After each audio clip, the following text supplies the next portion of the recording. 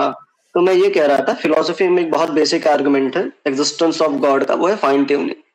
Fine tuning पता होगा आपको, नहीं पता तो मैं एक बार एक्सप्लेन कर देता हूँ। जो बिल्कुल ग्रेविटेशनल कीजिए। कांस्टेंट है, जो ग्रेविटेशनल जी कांस्टेंट अर्थात कैपिटल जी, जो कैपिटल जी की वैल्यू है, जिसकी वजह से ये यूनिवर्स का एग्जिस्टेंस है, अगर वो ना हो तो यूनिवर्स केओस में चला जाएगा।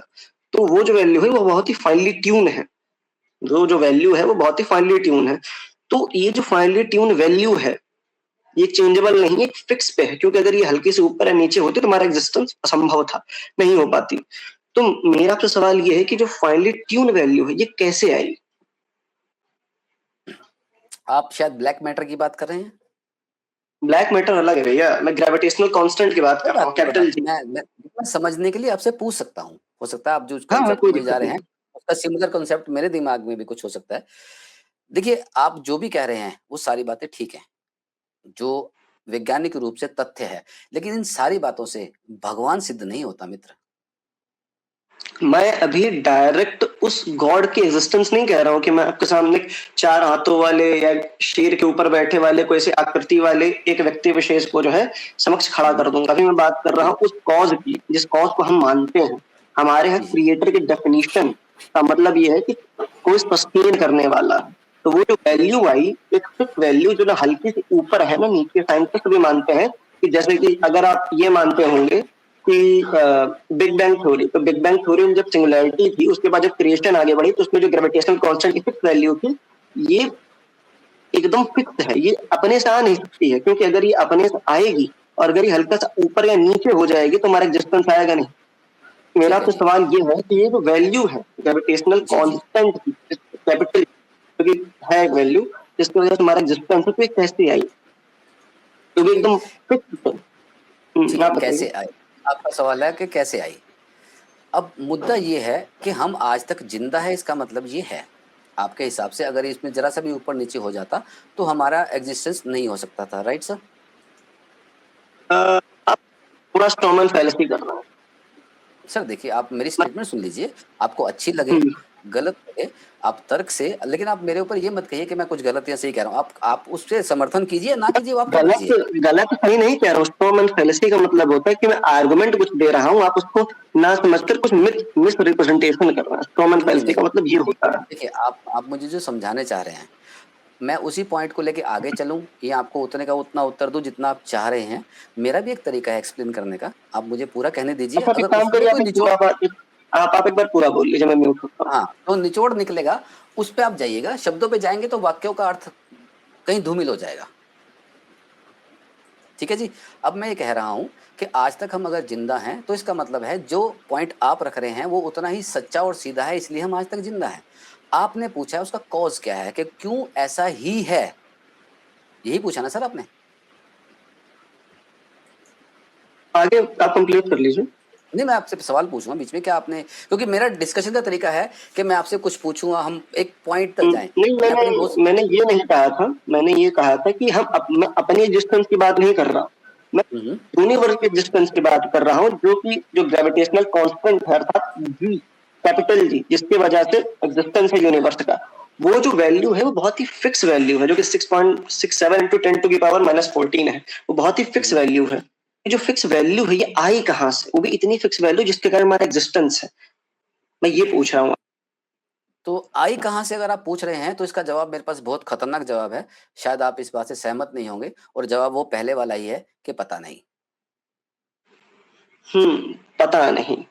जी तो ये जो नहीं पता है, इस पे जो है जो हमारा मानना एवं बिग बैंग इत्यादि भी पढ़ेंगे, तो ये अपने, तो इसको जो है कोई ना कोई कॉज करने वाला अर्थात कोई ना कोई सस्टेनर होना चाहिए उसको यहाँ तक पहुंचाएगा। क्योंकि एक बार समझिएगा, क्योंकि अभी हम एजम्पशन पे चल रहे हैं अर्थात अनुमान पे चल रहे हैं, और अनुमान की सिद्धि प्रत्यक्ष से होती है, प्रत्यक्ष से अनुमान का निर्देशाकरण लगा लेते हैं। एग्जाम्पल के लिए हमारे पास कोई कॉम्प्लेक्स चीज है, ठीक है, तो कोई जो कॉम्प्लेक्स चीज है वो खुद से बन नहीं सकती, उस कॉम्प्लेक्स चीज का कोई ना कोई सस्टेनर होना चाहिए, कोई ना कोई सस्टेनर होना चाहिए। ठीक है, उसी प्रकार से जो यूनिवर्स है ये भी बहुत कॉम्प्लेक्स है।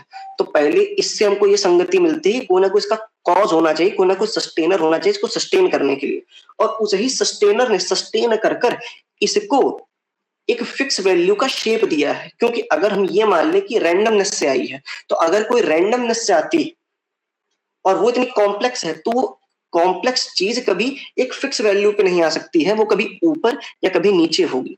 परंतु ये जो वैल्यू है कैपिटल डी की, एकदम फिक्स ही वैल्यू पर आई है, तो रैंडमनेस से तो आना इसका असंभव है बात, क्योंकि रैंडमनेस से आएगी तो बाय लॉजिकल थिंकिंग ये हल्की से ऊपर या नीचे होगी, लेकिन अगर ये ऊपर या नीचे हो जाती तो हमारा एग्जिस्टेंस नहीं रहता। तो बाय लॉजिक हमको ये मानना ही पड़ेगा कि कोई ना कोई कॉज जो है ठीक है, इसको एक फिक्स वैल्यू तक ले जाए, क्योंकि according to your argument, if you not know what is the reason behind how it will be came in the fixed value, आपको नहीं पता कि ये फिक्स वैल्यू पे आई कैसे है, तो आप ये भी नहीं बोल सकते कि रैंडमनेस से आई है। ठीक है, मैं कुछ कहूँ सर? हाँ बोलिए। क्योंकि ये इतनी परफेक्ट है, तो इसके पीछे हम एक बात जोड़ते हैं कि कहीं ना कहीं से आई होगी। ठीक है जी, मैं आपसे ठीक है और हाँ पूछता रहूंगा, प्लीज जवाब देते रहिएगा बीच में। ठीक है, आगे बताइए। ठीक है, अच्छा इसके लिए मैं आपको एक छोटी सी 2-4 मिनट की 2 मिनट की एक कहानी सुनाता हूँ। आप प्लीज थोड़ा सा धैर्य से सुन लीजिएगा, आपको मेरा ठीक पॉइंट है, मैं समझ आ म्यूट जाएगा। हूँ। सुनाऊं सर? हेलो? 2 मिनट आपके हैं। हाँ, 2 मिनट हाँ, आपके हैं, आराम से बोलिए। 2 मिनट भी नहीं है, बहुत कम है। अच्छा, एक बार एक साधु ना एक गाँव में गया। उस साधु को मेरी तरह, मैं अपने आप की बात कर रहा हूँ, मेरी तरह बहुत कीड़ा था कि मैं बहुत कुछ जानता हूँ और सुबह-सुबह पहुँच गया। सुबह-सुबह उसे कोई दिखा ही नहीं। जब नहीं दिखा तो सामने से उसने देखा एक छोटा-सा बच्चा हाथ में दिया लेके आ रहा था। साधु ने उसे बोला, "ये बच्चा इधर आ।" उसने बोला, "हाँ।" कि "क्या हुआ महाराज?" उसने बोला, "ये दिया तूने जलाया?" कह रहा, "हाँ जी, जलाया।" उसने बोला, "तुझे पता है कि तेरे जलाने से पहले ये जो जोत है ये कहाँ थी?"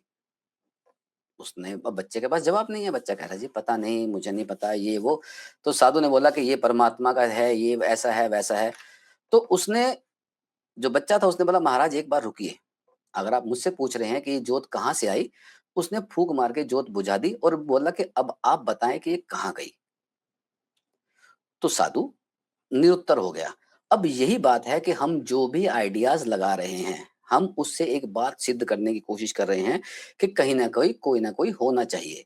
अब बात ये है कि इतनी परफेक्ट चीज़ को बनाने वाला जो है, वो कोई न कोई होना चाहिए। तो इतना परफेक्ट कि वो इतनी परफेक्ट चीज़ बना दे, उसको भी बनाने वाला कोई होना चाहिए। अब पॉइंट यहाँ पे आता है, लोग रोक देते हैं कि नहीं जी, उससे ऊपर कोई नहीं हो सकता, वो खुद हो सकता है। और यदि वो खुद हो सकता है, तो प्रिंसिपल सीधी-सी बात है कि खुद होने का प्रिंसिपल फॉर्मूला फिक्स है कि खुद हुआ जा सकता है। अब आप बोलिए प्लीज़, मैंने अपनी बात पूरी की। ठीक है। पहली चीज़ तो ये है कि अगर आप आर्गुमेंट ये देते कि कोई इतनी कॉम्प्लेक्स चीज़ को बनाने वाला है, तो वो खुद ही उतना कॉम्प्लेक्स होगा। जैसे और नॉर्मली लोग कहते हैं, थोड़ा-सा ये तुक बैठा था, लेकिन ठीक है। जो आपने आर्गुमेंट दिया कि एक ऋषि था, उसके पास एक व्यक्ति विशेष गया और उसने कहा कि ये दिया है, मैंने फूँक मार दिया, तो दिया की ज्योति गायब हो गई, तो वो जो ऋषि था वो निरुत्तर हो गया। ये जो है, मैंने जो आपको एग्ज़ाम्पल दिया था, उसका काउंटर नहीं हुआ। इसको फिलॉसफी में जब हम लोग डिबेट करते हैं एक्जिस्टेंस ऑफ गॉड की, तो बहुत सारी अतार्किक बातों को एकेडमिया में एक-एक नाम दिया गया है। तो इस वाली बात को फॉल्स इक्विवेलेंस फैलेसी कहते हैं। फॉल्स इक्विवेलेंस फैलेसी का मतलब होता है कि मैंने आपको उदाहरण किसी और चीज़ का दिया, लेकिन आप उस उदाहरण का कंपैरिज़न एक ऐसे उदाहरण से कर रहे हैं, जिसका लेना-देना मेरे उदाहरण या मेरे आर्गुमेंट से था ही नहीं। तो ये जो आपने कहा ना कैसे नहीं था, एक बार मैं इसको भी स्पष्ट कर देता हूँ। पहली चीज़ तो ये है कि वो जो जोत गई, पहली बात तो उसका एग्जिस्टेंस था, ठीक है? और उसको कोई बुझाने वाला भी था। तो जब वो जोत चली गई, इसका मतलब उसका एग्जिस्टेंस ही मिट गया उस समय के लिए, परंतु जब उसको माचिस से जलाएँगे तो दोबारा जोत जल जाएगी। तो क्या ये जो वो चीज़ है, यहाँ पर एक एक बार मैं सवाल पूरा आता है। बोल लूँ, अभी हाँ, आप प्लीज़, इंटरप्ट प्लीज़। करें, मैं पूरा बोल नहीं, लूँ। नहीं, प्लीज़, प्लीज़ बोलिए, बोलिए मित्र। हाँ, तो यहाँ पे ये जो आर्गुमेंट था, ये मेरे इस चीज़ को कैसे रिप्रेजेंट किया कि ये जो वैल्यू है, ये आई कैसे? आप बोलेंगे रैंडमनेस से आएगी, तो भी नहीं कर सकते, फिर तो आपके ऊपर क्लेम हो जाएगा, आपको सिद्ध करना पड़ेगा। लेकिन जो मैंने जो बात कही वो 2 प्रमाणों के आधार पे है। एक है प्रत्यक्ष, ठीक है? प्रत्यक्ष मतलब मेरे सामने था। तो उस सामने क्या है मेरे? ये दुनियावी, और साइंटिस्ट भी मानते हैं कि आप जो है assumption लगा सकते हैं, लेकिन उस assumption का अगर कोई बेस ना हो, तब जाकर वो बेसलेस क्लेम रहता है। लेकिन जो मैंने assumption लगाया है, उसका जो क्या बोलते हैं, वो सिद्धांत वो प्रत्यक्ष के ऊपर निर्भर है। तो मैंने प्रत्यक्ष के अनुसार जो है अनुमान लगाया। तो इससे मेरे बात की सिद्धि हो रही है कि if the value is fixed so he need an a cause. लेकिन आपने ये जो उदाहरण दिया ये तो आपकी अपनी काल्पनिक मान्यता है। इसका लेना देना मेरे एग्जाम्पल से किया था जो मैंने दिया है। ठीक है भैया, बोलिए, मैं म्यूट हो। कंप्यूटर में पता क्या है कि हम बहुत सारी बातें करते हैं। जब मैं मान लीजिए अपनी बात को अच्छे से समझाना चाहता हूँ, उसके लिए अगर मैं समय लेता हूँ, तो बहुत सारी बातें बीच में और जुड़ जाती हैं, जिससे हम मूल प्रश्न को कहीं न कहीं मैं अपनी बात कर रहा हूँ, मैं मिस कर देता हूँ। आपने एक बात पूछी कि वो कहाँ से आई? इसका जवाब मैंने आपको दे दिया। उसके बाद आपने 2 जवाब अपने आप से मेरे मानकर आपने कहे, मैंने कहा मुझे नहीं पता। आपको मैंने शायद कहा, आपको याद होगा कि मैंने कहा पता नहीं। अब ये बात आपके ऊपर आ जाती है कि आपको जो पता है वो कैसे सिद्ध करेंगे? आपकी बारी। वो मैंने अपनी बारे में स्पष्ट कर दिया था कि मैंने एजम्पशन दिया है। पहली बात तो ये एजम्पशन है, तो इस एजम्पशन की सिद्धि जो है मैंने जो है प्रत्यक्ष प्रत्यक्ष मेरे जो सामने दिख रहा उसके आधार पे करी है। प्रत्यक्ष के आप आधार पर भी एक बार मैं बोल नहीं रुकिए, आप ना इसी पॉइंट पे चलते हैं।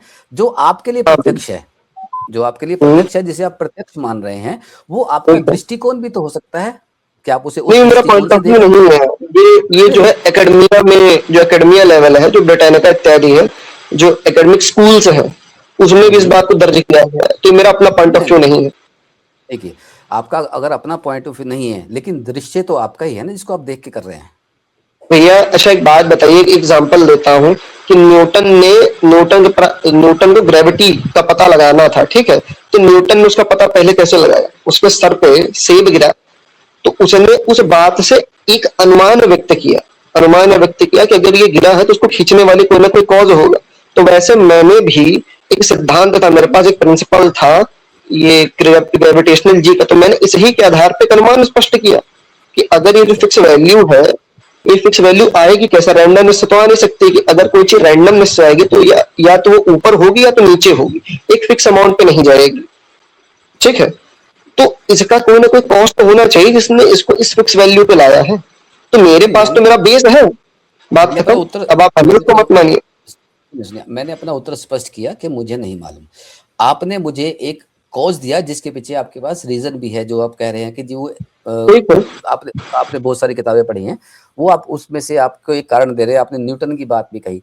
न्यूटन ने नहीं चाहा था कि वो ग्रेविटी को खोजे, जहां तक मैंने पढ़ा है। वो सेब गिरा तो उसके दिमाग में ग्रेविटी वाला कॉन्सेप्ट पैदा हुआ। क्या मैं बहुत सही कह रहा प्यारा। हूँ? तो जब वो सेब गिरा तब उसके दिमाग में कॉन्सेप्ट आया। तो जब सेब गिरने का जो प्रोसेस था, जब उसके दिमाग में गिरा, तो वहां पर भी ये जो प्रकरण हुआ, तो यहाँ से भी उसने इस प्रत्यक्ष से एक अनुमान लगाया कि अगर ये ऊपर से नीचे गिरा है तो उसके पीछे कोई ना कोई प्रोसेस होगा। तो उसने उस प्रत्यक्ष के आधार पर अनुमान लगाया।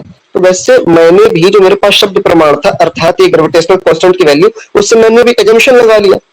तो हम दोनों तो ही सेम काम कर रहे हैं, न्यूटन भी कर रहा है, मैं भी कर रहा हूँ। अच्छा, तो आप मैं एक गलत मिनट थोड़ा कैसे हुआ? नहीं, नहीं, आप रुकिए, हम पॉइंट पे बात नहीं कर रहे। हमारे बीच धर्म गुरु जी आए हैं, मैं धर्म गुरु जी का स्वागत करता हूं, और आदि जी आए हैं, मैं इन दोनों भाइयों का स्वागत करता हूं। टियास भाई, क्योंकि अभी मेरे पास फ्री वाला वर्जन है, मैं 6 लोग ही स्टेज पे ले सकता हूं, मेरे समेत 6 हैं, तो आप प्लीज थोड़ा सा होल्ड कीजिए। मैं जो है चल रहा हूँ, आप उनको ले लीजिएगा। आप इस पर आखिरी आर्गुमेंट दे दीजिए, क्योंकि मुझे भी जी कहीं और भी जाना है ना भैया। जी जी। मैं जाता हूँ स्वामी जी, आप ले लीजिए इनको। मैं इजाजत कौन चाहूंगा साहब आपसे। कौन साहब हैं ये? मैं रिजवान खान। अरे रिजवान भाई रुकिए ना, आप रुकिए, कोई दिक्कत नहीं। अरे तो आप केवी भाई रिजवान अगर जा रहे रिजवान हैं, भाई सच से में ही तो जाना ही चाह सवाल रहे हैं, है, रिजवान भाई से सवाल है मेरा। तो केवी भाई एक मिनट, मैं आपको आमंत्रित करता हूं कि आप जब भी देखें मेरी स्ट्रीम लाइव है तो आप आइए, आपसे बातें करना अच्छा लग रहा है। ठीक है भैया, ओम नमस्ते, मैं चलता हूँ। जी जी, धन्यवाद, बहुत बहुत धन्यवाद। ठीक है भैया। Thank you sir, thank you, thank you, thank you.